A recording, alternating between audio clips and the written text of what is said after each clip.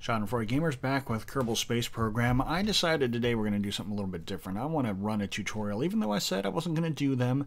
A couple of things made me reconsider. I had some conversations in RL that made me think that maybe a tutorial wouldn't be that bad an idea. And, perhaps just as importantly, you'll notice a little number right down here, 0.24.2. Steam might have just donkey punched my save game.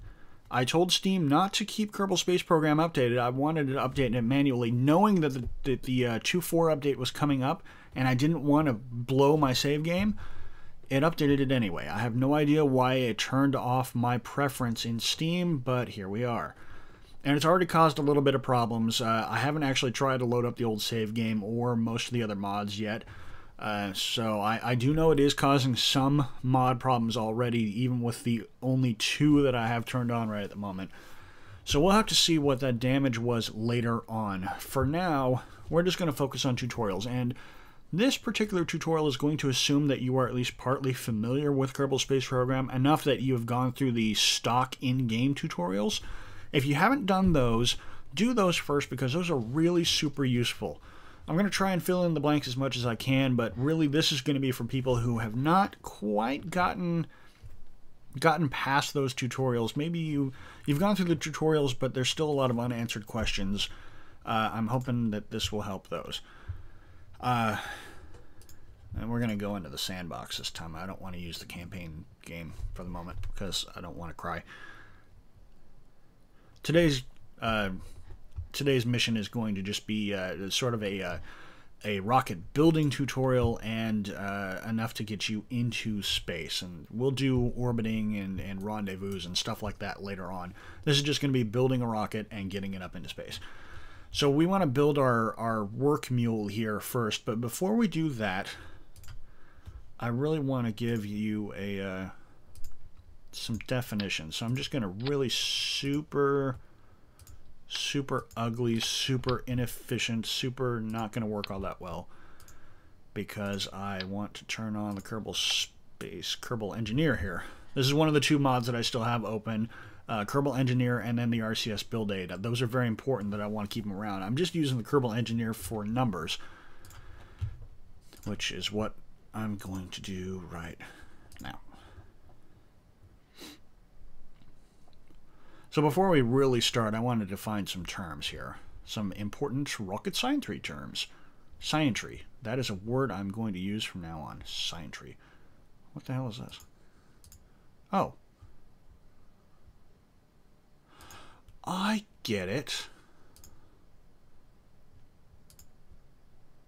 Okay, this button I think is for... because I think I still have Chatterer turned on. I don't know. Alright, whatever. Unimportant. So you notice I've already got the flight engineer turned on. This has some very useful information here. So among the useful pieces of information that you should know, the definition of mass. A lot of people get mass and weight mixed up. Weight is actually down here a little bit later. Mass is a measurement of how much stuff is in a thing. Not to be confused with weight, which is how that stuff is affected by acceleration, usually gravity. The simplest explanation I can give you is that mass is how heavy something is when there is no gravity whatsoever, and weight is how heavy something is in gravity. So if you take a bowling ball and you weigh it here on Earth on your bathroom scale, it's going to weigh, what, 30 pounds or whatever. If you take the same bowling ball and you take the same scale to the moon has about 1/3 of the gravity here on Earth, so if you weigh that bowling ball on the moon, you're going to get about 10 pounds, about 1/3 of what it was here on Earth. But its mass doesn't change because its mass doesn't care how much gravity is around, how much acceleration is around. That's very important because here in rocket science, we're not always going to be on the surface of Kerbin. We're going to be dealing with different gravity all over the place. We're going to be dealing with different kinds of acceleration. So we need to make the distinction versus weight, which is right down here in the thrust to weight ratio. That's what this is. We'll get more into thrust to weight ratio when we actually have a ship that has any. Delta V is something you'll see a lot of. Delta V just means a change in velocity. So if you are you take your car to a racetrack and you're at the start-finish line and you're at 0 miles an hour, and you want to see how fast you can get up to 60. That's a delta V of 60 miles an hour. You changed your velocity from 0 up to 60. And if you wanted to see what your 0 to 60 to 0 time would be, that's a delta V of not 60, but 120. That's a delta V. You're changing your speed from 0 to 60, and then from 60 back down to 0 for a total of 120. Specific impulse is a rocketry term, basically meaning you could say fuel economy of a specific engine, how much fuel it uses to do what it does. You can't really say miles per gallon because that doesn't really work in space, but specific impulse is what that rocketry term means, and you'll see that in a lot of parts and stuff later on. Thrust is one pretty much everyone should be able to figure out. It's how much linear accelerative force an engine puts out in order to produce acceleration. The higher the better. Orbital, a couple of orbital terms. Apoapsis means the highest point of your orbit. Now, a lot of people, when they think about an orbit, they think of a perfect circle. No orbit is perfectly circular, not even the ones that NASA has spent the past 60 or 70 years practicing. Every orbit has a high point, and every orbit has a low point. It's periapsis. These are covered in the demo, or the tutorial, but just in case. Time to apoapsis, blah, blah, blah. Inclination is something we'll get into in the orbital tutorial, so is eccentricity. We'll get into all the rest of the stuff later, but apoapsis and periapsis are two things that you'll need right from the start. And is there anything I need in here? Terminal velocity. Terminal velocity is sort of a hard one to explain, but terminal velocity will become important later on, so keep that in mind. I think that's all I can do for the moment. So let's go back into the Space Center.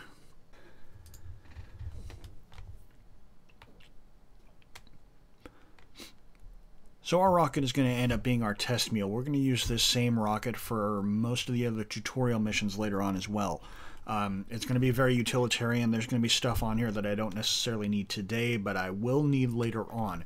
The best part about this design is that you're going to be able to reproduce this in the demo as well. If you're playing the free demo, you're not going to have access to all the same parts that I've got here, but you are going to be able to reproduce this specific ship, and I did that on purpose. So let's get started really fast here. Where the hell am I? Where am I? Construction. Here. So the re-entry vehicle is very simple. I want to use the inline stabilizer here next, not the inline reaction wheel. This is different, and I'll explain what the difference is later on.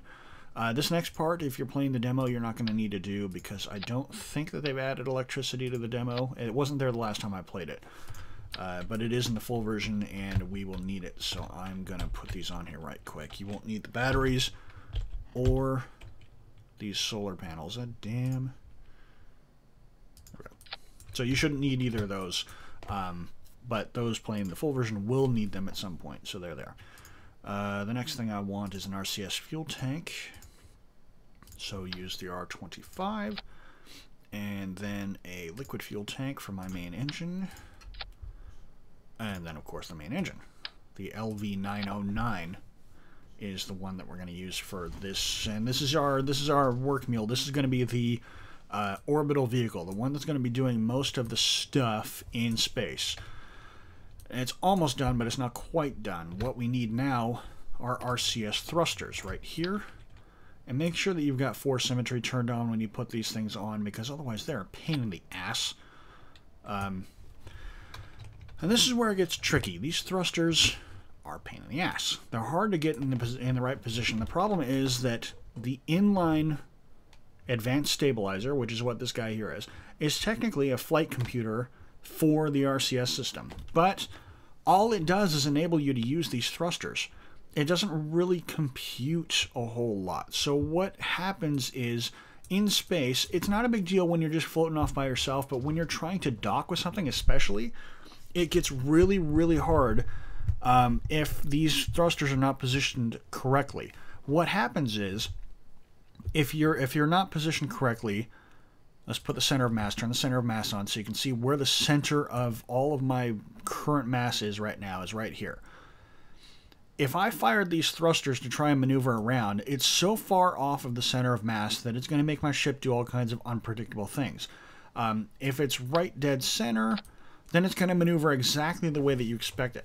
But the center of mass changes as you're going along, so using this display here isn't enough. What you have to do is manually empty all of your fuel tanks so that you can see where your center of mass can end up being, because by the time you get up to space, you're going to at least have used a little bit of fuel out of here. And your center of mass, you saw it. It was right here where this thruster pod is. Now it's all the way up here when all the fuel tanks are empty. The further off of the center of mass these thrusters get, the more unpredictable it makes your maneuvering. And it makes it a real pain in the ass to try and dock. And since we're going to use this ship for docking a little bit later in a different tutorial, we want to account for that. So the best way you're going to be able to account for that is to do just what I did. Position your block where the center of mass is when all the tanks are full, and then empty all the tanks to see where it goes, and then move your thrusters. Oh shit. Why, game? Why you do this? Sometimes it just turns off the other pods for some reason. And then try to sort of bridge the gap between the two. And then, of course, make sure you refill these tanks, otherwise you are going to hose yourself. Okay. And that's really the best thing that I could tell you to do. Or get the goddamn RCS build aid. This mod here, one of the two that I turned on and kept on, that's why I have this guy here. Look at that. All of a sudden, boop, there's all kinds of information, including where the center of mass is right now, where it will end up being. Remember, this is where it was.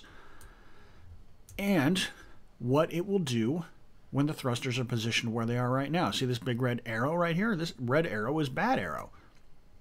I don't know what this arrow over here means. This doesn't seem right to me. But this arrow here is bad. So if I'm trying to take my ship and I'm making it side slip to the right, the direction of the green arrow, my thrusters are firing in the opposite direction, the blue arrows here. But this red arrow is an unintended side effect of where my thrusters are right now compared to where the center of mass is. And if I take the thruster pods and I start moving them, see, look how much bigger that arrow gets the further and further off center I get. Worse and worse and worse. Eventually, it gets to the point where it's completely uncontrollable, and you might as well not have them on there at all. So the goal is to make this arrow as small as possible. But again, I have to figure that the center of mass is going to always be moving, so I have to sort of... There's a little bit of an instability that you have to accept. At least until we get to the point where these things actually honestly compute what you want to do versus just what you are doing at the moment. The great thing about the RCS build aid is you see how simple it is to use, and you see how informative it is, and it has a really low memory cost. So even if you're barely able to run Kerbal Space Program by itself, you can actually get the RCS build aid to run as well, and it's not going to affect your performance really at all. It might make it a tad longer for the game to load up, but man, it is worth the cost, especially if you're doing a lot of docking and stuff like I do. So I heartily recommend getting that. Otherwise, you just saw the alternative. The next thing we're going to do, now that our orbital vehicle is finished, now it's time to build the ascent vehicle. And I'm going to need another decoupler for that. Right down. Yep. And the ascent vehicle is actually incredibly simple. It's really all it is fuel tanks and an engine. So T200 fuel tank right beneath the decoupler, and then the monster, the T800, right beneath that. And then we need an engine. Now I've got two different engines that I can choose from, two of them that have enough thrust to do the job. The T45 and the T30. Now they look very similar, and actually if you right click and don't move it around, you can actually see they have very similar numbers. They have both of their masses. Their mass is close. The T30 has a mass of 1.25 metric tons. The T45 has a mass of 1.5 metric tons, a little bit heavier. Their crash tolerance is at 7 meters per second. 7 meters per second, that's the same. Max temperature is the same. maximum thrust is a little bit different. The T30 has a maximum thrust of 215, I think that's kilonewtons is what that's supposed to be. Whereas the T45 has a max thrust of 200, so it's a little bit weaker. The engine ISP, which is this number right here, is one of those terms that I forgot to mention. ISP is a term that basically means fuel economy. The higher the number, the more economical the engine is. So especially engines like this, you can see how they perform in an atmosphere at sea level is what ASL means, or in a vacuum. You notice the ISP goes up. Higher ISP is better, but generally speaking, higher ISP also means lower thrust. So the T45's engine ISP is 320 and 370 respectively, and well, look at that, so is the T30. So really, these two engines are very similar, but they have one major difference, and that's this number right here, gimbal, the vectoring gimbal.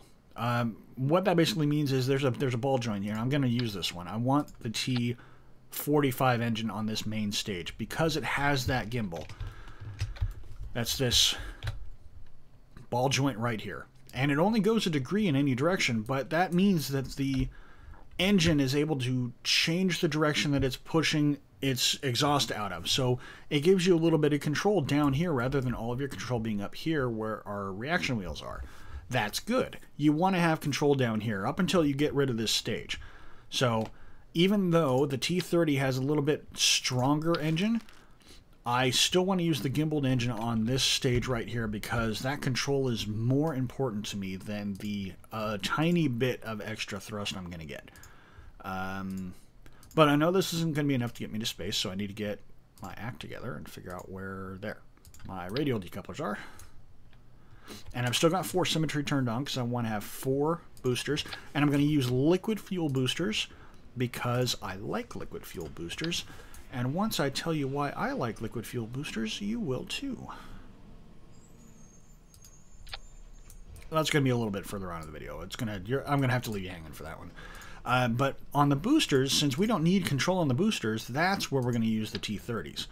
We'll just use a little bit more power since we're not going to hang on to these boosters for very long. So we'll just put the more powerful engines on there, get a little bit of extra kick. We don't need that much control. This engine is actually going to help us control a whole lot more than you might think. And because of it, I want to have some aerodynamic domes, even though technically I don't know if they work. They didn't work before.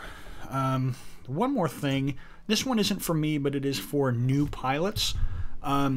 Sometimes, at least in the past, this configuration has been a little bit hard to control. It tends to roll for some reason. So if you're having trouble getting this thing to work, you can use, at your discretion, the winglets. And just put them on the boosters. You don't need them on the main stage. Just put them like right there. And this will help straighten it out like a dart or an arrow. Now, make sure, if you're going to use these, to use either the AVT1 winglet or the tail fin. Do not use the AVR8 winglet or pretty much anything else. And the reason for that is the winglets and the tail fins do not have control surfaces, but everything else does. So that means that as you're trying to stabilize this ship, you're not trying to make controlling more responsive. You don't want this thing to be any more responsive than it already is. These winglets are just going to make your job even harder. It's not going to help you. It's going to make things more difficult to fly. So just use these winglets instead of the other ones. Really, you want to really watch out for that one. And one last major component I need right at the moment is the launch clamp. Hey, come on. And it needs to be offset so it doesn't run anything. There we go. Okay. Now let's bring the whole assembly down. And that is the majority of our ship. Now, there are still a couple of considerations to do, but you just saw this is the major components. Now that we've got all the major components in place, let's take a look over here. This is our staging order, and I can't tell you how many rockets I've seen blow up, including some of them by yours truly, because we forgot to look at the staging here. People sometimes forget to do this part. This is the order from bottom up to top that the game thinks you want to do certain things in. Now the game knows I've got engines down here, so the game knows that I want to at some point make these engines fire. But the game's not necessarily sure when I want to do them, so it puts it where it thinks makes the most sense. The game knows that I want to have these launch clamps let go eventually. The game knows that I want to fire these decouplers eventually. But the game doesn't always have the best idea of what I want to accomplish. So you need to make sure when you go through this, you can adjust these on the launch pad, but it's much safer to do it right here because one accidental hit of the space bar and it's all over. So I do it here in the assembly building where there's no risk of getting anything wrong. So the game thinks that the first time I hit the space bar, when I hit the go button, I want to have the 4 boosters and the launch clamps all fire at the same time. I want to fire the boosters and I want the launch clamps to let go. That is true, but I also want this center engine to start burning too. So I'm going to highlight the center engine, click and drag it down. So now all 5 of these engines are burning at the same time and the launch clamps are letting go all at once, all with one button push. The next thing I want to happen is, I want to zoom in. The next thing I want to happen after the engines are lit is eventually I'm going to want these decouplers to fire because these tanks are going to run out first and I want to get rid of them as soon as possible. So that'll be the next stage, and that's happening correctly. And this stage here is going to continue burning a little bit longer. So the next thing I will want to fire is this decoupler here, and that's correct. Now, technically speaking, this engine here, technically I could do it this way, where the decoupler and the engine both fire at the same time, but I sort of have my own personal preference that I like the engine to be separate. There's no reason for it whatsoever other than my own personal preference. You can have it set the other way. It works exactly the same way. And then eventually, when our mission is done, I'm going to be on my way back to Kerbal. I'm going to fire this guy here. And then eventually, when I get close to the ground, I'm going to fire this parachute here. So now the entire staging is all correct. And you want to, again, I cannot overstate how many times I've seen rockets explode because people didn't do that. Now, technically speaking, we're done. We can launch this ship. This ship will get into space. This ship will get into orbit. I've done it. I already know it works. But we can actually do a little bit better. And it might surprise you to know that I can actually tell you, without adding anything more than this external fuel duct, I can get this ship to be twice as fuel efficient as it is right now. So there are 3 different ways you can launch this ship. You can launch it as is. I'm going to call this the default configuration, where all 5 of these engines are exactly as I've built it already. Basically what will happen is all 5 of these engines from the start, remember my staging here, all 5 of these engines will all be burning at the same rate, all at the same time. That'll work. But there's another way to doing it, and that is by using the external fuel duct. Keep force symmetry turned on. Let's zoom in here. I can connect my liquid boosters to my main stage. This is why I like liquid boosters so much, because you can throttle them first of all, but more importantly, you can share fuel amongst them. Now, just by that one part, now I've completely revolutionized how this ship is going to perform. Now, when I launch, all these engines are still going to be burning exactly at the same time. I haven't changed anything over here. But instead, what's going to happen is this engine right down here will be burning the fuel that is in this booster, but also this booster will also feed this engine here. So I'm going to run out of fuel a little bit faster in these boosters, but what's going to happen is when I'm done with these boosters, I'm going to cast them off and this entire section is going to still have fuel in it. Now, why is that important? Well, before I answer that question, let's give you the other way of doing this. And this is a little bit more advanced. You might have seen it in the forums if you're such a forum person. This is called asparagus staging. The asparagus staging is a little bit harder to set up and it's a little bit harder to fly, but it has, I'm not kidding, twice the amount of fuel efficiency. So what you do is you turn off your symmetry completely, you grab your fuel duct and you very carefully place on one booster. Now, I'm going to connect this fuel tank to the booster next door, not to the center, connected to the one next door. And now directly opposite this one, which is this booster right here, I'm going to do the same thing, connect this booster to this booster. Now, I will connect this booster to the center, and then the one directly opposite, this one here, to the center. And I'll try to get an overhead view here. Maybe I said I'll try to get an overhead view here. Thank you. And it's hard to see. Okay, so maybe.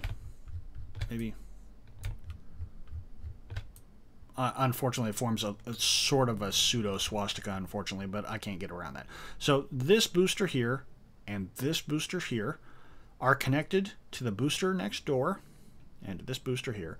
And this booster is connected to the center, and so is this one here. Now, this also means that we need to change the staging a little bit.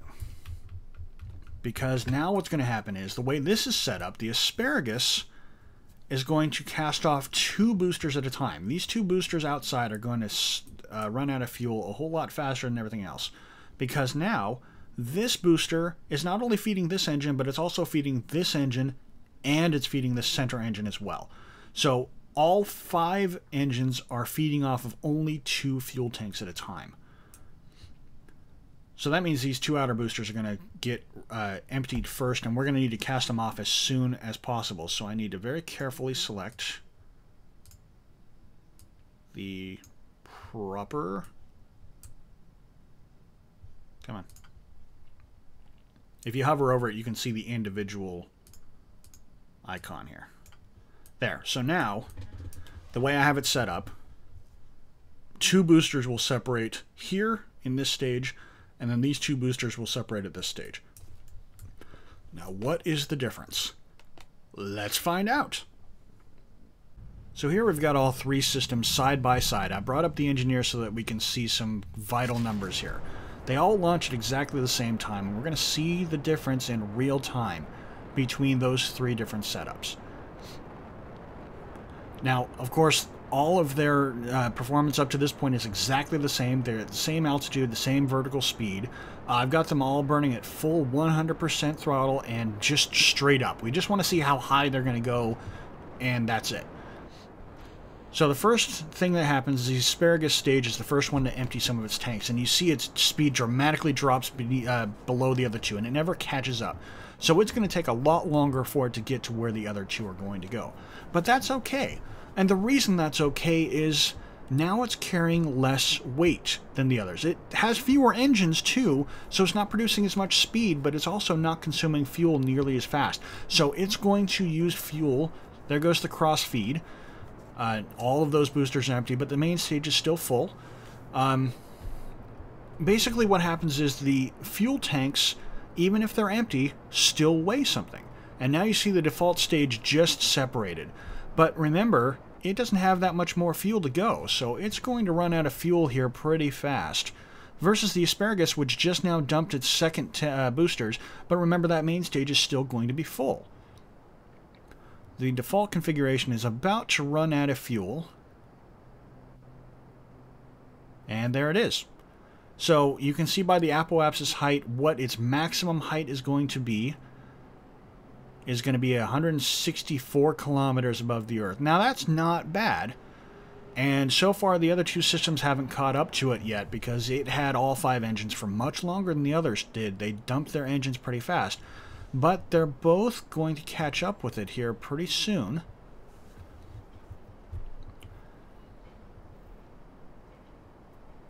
The cross-feed system is about to cross the maximum height the default configuration reached. And there it goes. And it's still going. That's because it has more fuel to work with. It was lifting empty weight for less time. It got rid of the empty weight, the empty fuel tanks a lot quicker. And empty fuel tanks are just a waste of mass. The more mass you're carrying around, and there it goes. It just finally petered out. But look at the asparagus. It's still going. It's gone already past them. Now it didn't get there as fast as the other 2, but it's still going. The sooner you can get rid of empty fuel tanks, the better off you are. Even if it makes you go a little bit slower, there, it finally just cut out. And look at the difference. 164 maximum kilometers for the default configuration versus the asparagus over there at 408 kilometers, twice the distance, over twice the distance. And the only thing we did was use the fuel we had, the same fuel, the same engines. All we did is use them a little bit more effectively. And that's the difference. And that's the kind of stuff that you look at when you're in rocket science. Now I've got so much more height and the same amount of fuel. The more fuel you can get up into space, the more cool stuff you can do.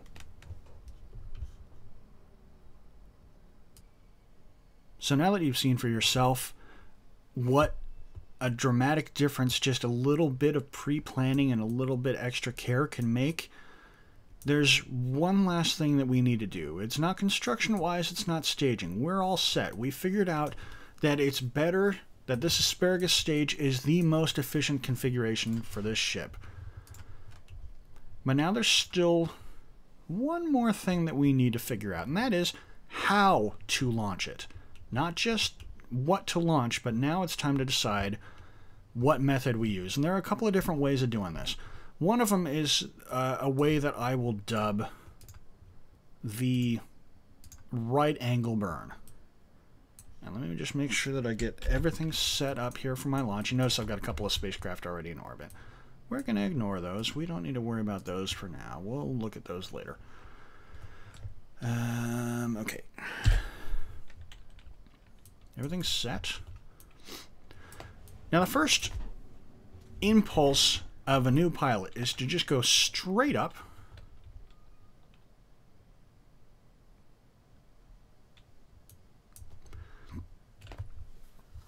Let's reset that.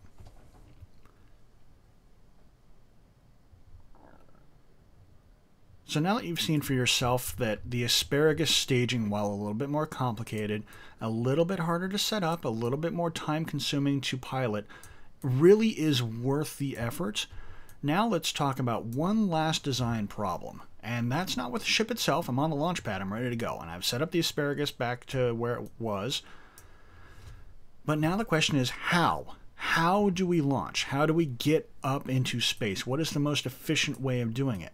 Now, there are two approaches that I see most common. The first approach here is the most common, and that is to just go straight up. And I probably should lock down that. There we go. Now, this approach works fine. Just like the default configuration, if you didn't want to go through the extra effort of figuring out how to get the ducts to work and all that kind of stuff, this method will work as well. If you go straight up,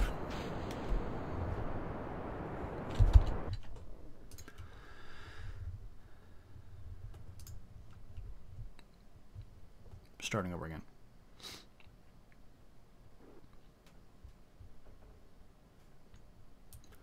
So now that we've proven beyond a shadow of a doubt that the asparagus staging really is the way to go, now we have to decide how to launch the ship. We've got the optimal configuration set up now. There we go. Man, that button is weird. We've got the maximum... we've got the staging and the fuel economy as good as we can get it. But now it comes down to piloting. How much more performance can we squeeze out of this rocket? And that's going to come in from... Going to start over again. God damn it.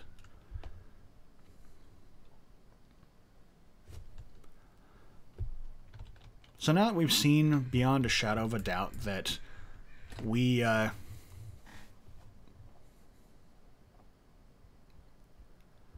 So now that we've seen for ourselves that the asparagus staging really is the way to go as far as the different options are concerned, let's decide the best way to get to space. I've already set up my navigation screen here, and ignore those other spacecraft. I don't actually remember what I was doing with those. Now that we know how to build the rocket, how do we fly the rocket to maximum effect? Now, the first most obvious answer for getting this ship into space is to lock the SAS, full throttle, just go straight up.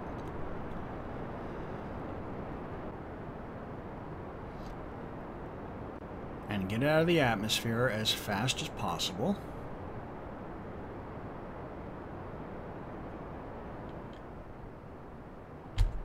And then once you're at about 30,000 feet or so, start nosing over into what is known as the gravity turn. Just go straight up, up, a little bit overzealous there. Straight over to 90 degrees and hold it there until you have an orbit. And then by the time you get up to nothing but your orbital stage, it becomes a matter of carefully adjusting so that your apoapsis doesn't get too far ahead of you like it's doing right now.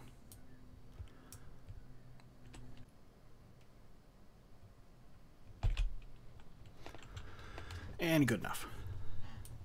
So now I have a stable orbit, a little bit eccentric, 101 at my apoapsis, 85 at my periapsis, but it's above the atmosphere. That's the important part. Now, I'm calling that the brute force method, going straight up and then a right angle turn, and then you're just going straight onto the horizon until you get orbit. Now, it's not bad. It does work, and you can actually see the results up here. Liquid fuel is currently at 122. My liquid oxidizer is 149, and of course it's dark over here, and it had to be dark over here, and I didn't have any freaking lights, did I? Let's not do this. Alright, so the results speak for themselves. I mean, we're here, and it would have worked with the default configuration too. But as with the staging arrangements, there's a better way. Even though the brute force method will work, there is a better way of doing it, and this is where this terminal velocity number comes in that I told you we'd get back to. Terminal velocity, it's hard for me to explain this one. Imagine yourself as a skydiver. You jump out of a plane and you start falling. The laws of gravity say that for every second you fall, your speed will continue to increase. So you increase in speed every second by 9.81 meters per second, every second. So after 2 seconds of flight, you're at 19 something or other. You're just below 30 meters a second after 3 seconds, and you'll continue going faster and faster and faster and faster until you hit the ground. Except here on Earth, where we have little things like air drag and air atmospheric efficiency and pressure and things like that. Those cause you to slow down. And they're in complete opposite directions of each other. So as a skydiver, if you've ever gone skydiving, you know that there's a maximum speed that you end up reaching before you just don't go any faster because the air won't let you fall any faster. The pressure of the air slowing you down ends up equaling and canceling out the pull of gravity trying to make you go faster. That's what terminal velocity is, and it's important here because it works the same way going up as it does coming down. Terminal velocity in rockets means that you're wasting energy. If you're going faster than this number, and I'm going to just start up here. My throttle set right about there, and I'm just going to start, and then we'll go from there. As soon as I clear the tower, I pitch over about 10 degrees, and I'm going to lock it there, because I don't want my boosters to fall on the poor schmucks that built the rockets. Now, keep an eye on the terminal velocity versus my airspeed indicator here. I'm going to try and control my throttle so that my vertical speed never gets above terminal velocity. You notice the air efficiency right here, the number right below it. If you go above 100%, then you're sort of wasting energy. You want to get as close to that line as you can. And this is a lot harder for people that don't have Kerbal Engineer installed, and this is one of those reasons why I think it's a good idea to do it. There are numbers you can actually look online. I hate that wobble there. There are actually numbers that you can look at online to see what that good rule of thumb numbers are. But I'm just using the terminal velocity and my vertical speed. Technically, I just use this number right here. But I want to stick as close to that as I can, because over 100% and you're wasting energy. You're wasting fuel. And the more fuel I can get up into orbit, the better off I am.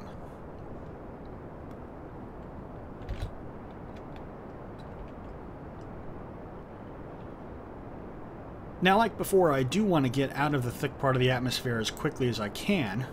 I'm actually at a good spot right there. 96 is okay with me. I want to get out of the thickest part of the atmosphere as fast as I can because I am wasting a lot of energy down here close to the surface. Increase throttle a little bit more. And at this point, At this point, I can pretty much increase my throttle as I see fit. So right about 20,000 feet, or damn it, why the hell does that keep doing that? I don't know why they're caving in like that. That's weird. No problem, keep going. Right about 25, or between 20 and 25 kilometers above the surface, I start pitching over on my gravity turn. Now, instead of just doing a hard 90-degree angle like I did before, now I'm going to go very gently. I'm going to keep it pretty well within the circle as the circle starts moving around. And I'm going to watch my apoapsis height here too, and then control my throttle so it doesn't go too high. In fact, you notice I'm not even using full throttle anymore. And I'm going to actually drop it even further. And I'm completely hands-on at this point. I'm controlling where my nose is pointing at all times. And my apoapsis keeps going up, so I'm going to turn that off entirely.